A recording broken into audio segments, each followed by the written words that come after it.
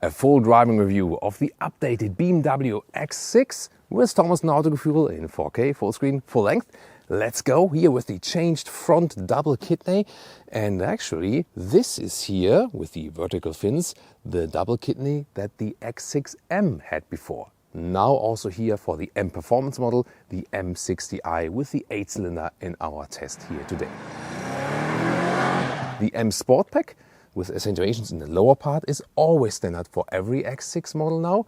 Of course, then also the same here for the M Performance model. Changed headlamps with a new daytime running light in this arrow design.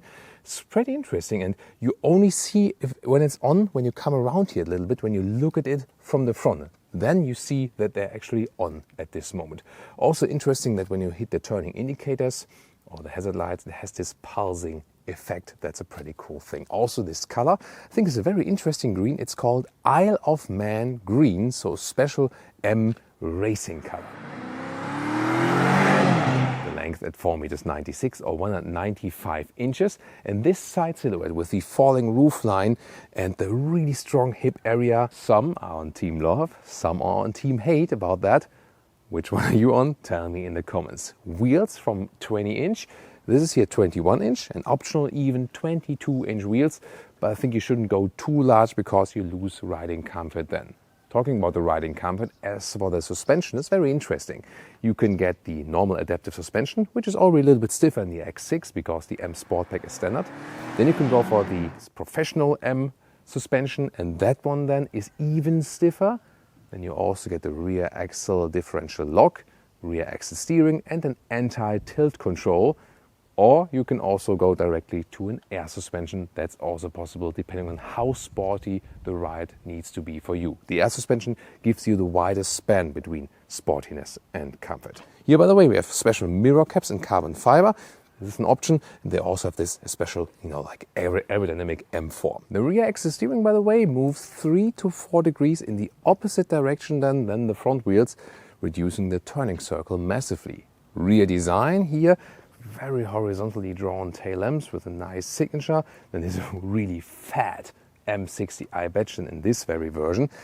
I like that the vehicle color is picked up in the lower part of the vehicle. However, here, Autogefühl fake exhaust police alert, because the outer tips are fake. Here this middle split, then the rear exhaust on the inside. Yeah, they would be beauty enough, aren't they? And in a time where turning indicators get smaller and smaller, this is definitely wide enough.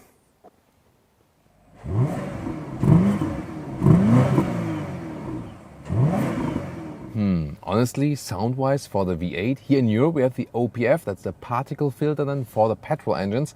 So the sound on the US models will be different. So I think in Europe, sound-wise, it doesn't even make sense to go for the V8.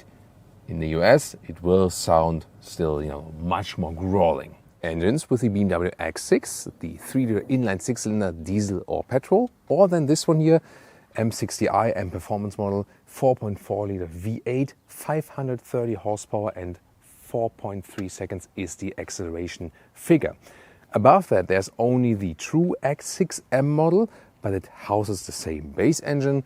Yes, a little bit more horsepower, a little bit quicker in the acceleration, but also like 50k difference in the pricing. So if you want to go V8, this is the more clever choice, and you will already have more than enough performance.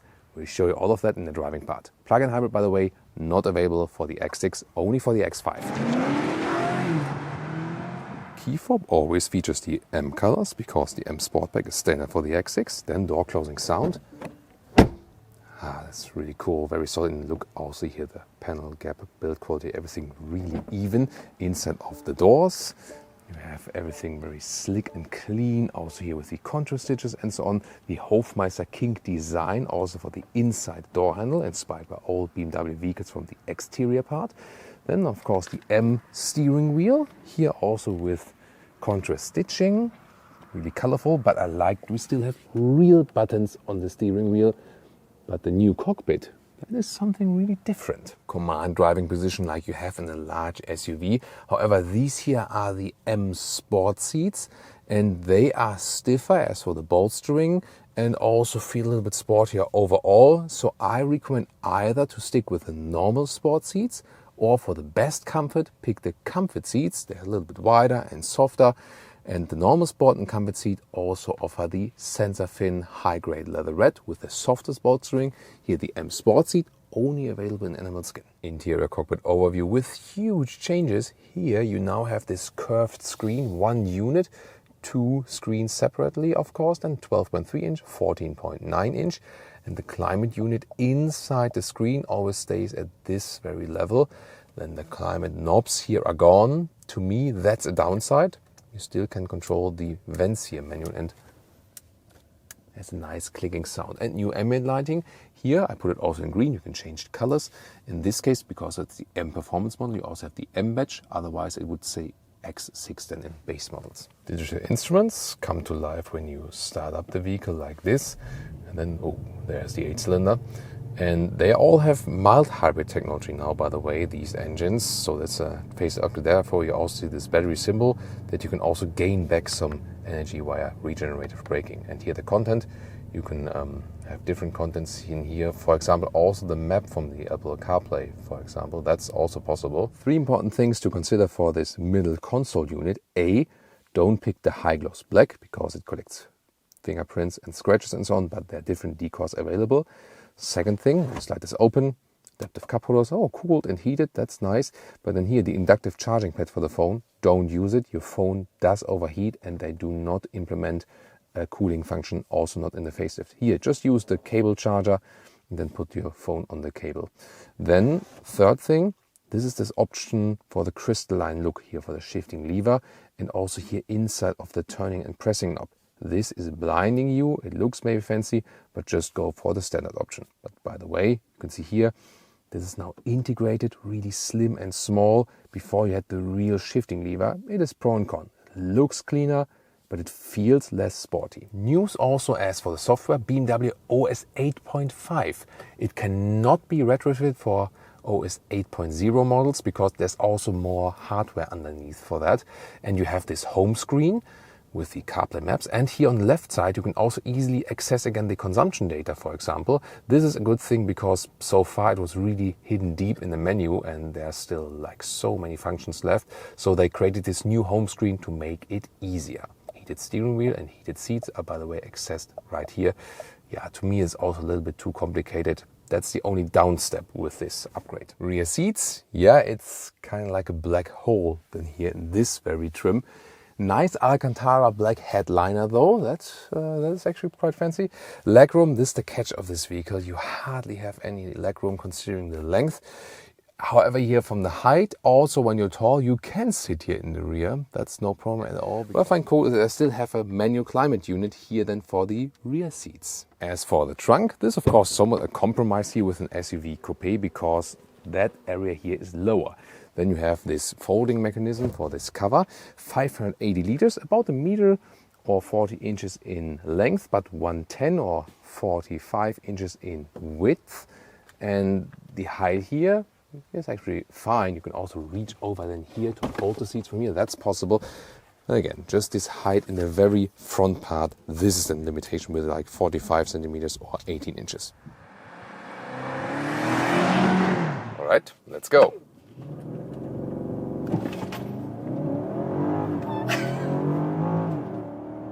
Plop, that's 100 kilometers an hour, 60 miles an hour. Yeah, that about this V8 M60i. You can scream, it's okay. Yeah, she tried to hold back a little bit. Yeah, that was pretty powerful. Of course, all-wheel drive with rear axle bias. Yeah, it's 530 horsepower playing all the effect right there. Whew! Yeah, that is giving you the goosebumps or the adrenaline. And here now, adaptive suspension, sportier note, here with the M suspension, professional, even stiffer actually, then anti-tilt control, that means the car is always keeping it upright. Rear exit steering we also have in this one, rather plays an effect on lower speeds to reduce the turning circle and so on. Wow, this doesn't feel like driving an SUV actually, and whereas the X5, especially in standard trims, doesn't come close like to the sportiness of a Porsche Cayenne. Here in the M60i trim and also with the stiffer suspension, yeah, this is matching the Porsche Cayenne in the sportiness, or at least coming close. So you can definitely compare these. You know, in the corner, also really good. As for the steering feel, very precise how you steer in the vehicle. You know what the vehicle is doing, and I'm really happy with the steering feel in the X5 and in the X6 as well. Yeah, there you hear the V8 definitely even louder than in the US versions without that petrol engine particle filter. Whew, wow. I mean, in tight corners you still feel the weight, yes. In the low seating sedan, sports car or something will be sportier in the corners because of the center of gravity. But still, considering for an SUV, this is as good as it gets. And I'm not really sure if the true M version would deliver you so much more driving fun. It is just stiffer, you know, and of course way more expensive. So if you ask me, this is totally fine here. And I think the M60i is also the better everyday vehicle because although you have the stiffer setup here in the M suspension, it still feels really nice to drive. Also, no, I was checking if it's an animal or just a leaf on the road.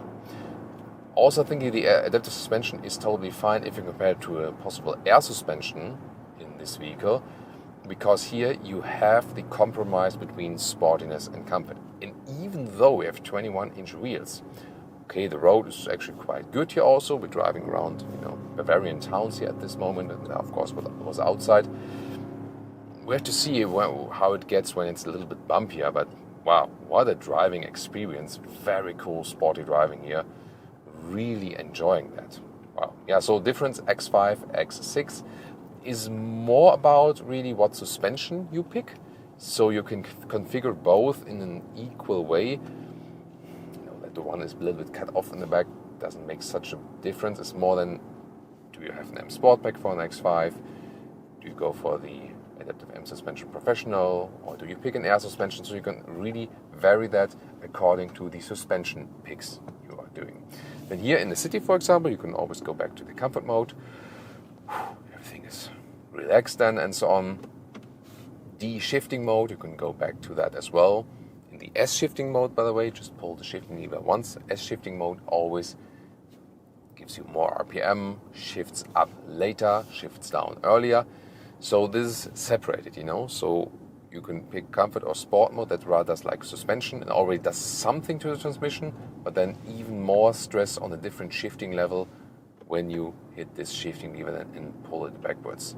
So let me just show that you do once again, comfort mode to sport mode, all a little bit more RPM, and S mode, you hear it's already a gear lower from that. So you can really vary that, and of course also go to an individual mode, for example.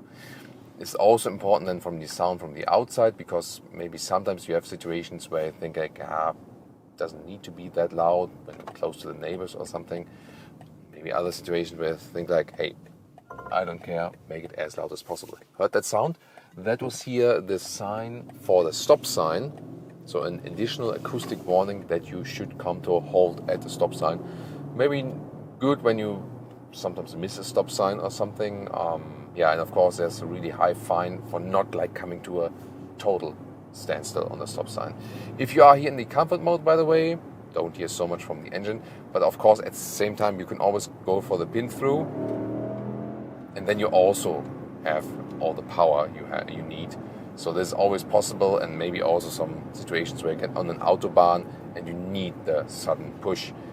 Talking about German Autobahn, motorway with even higher speed.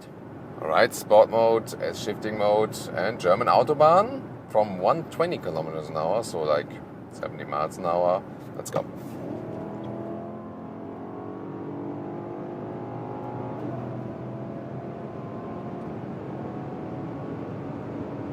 Oh, that's 200 kilometers an hour, 125 miles an hour. We can go even faster.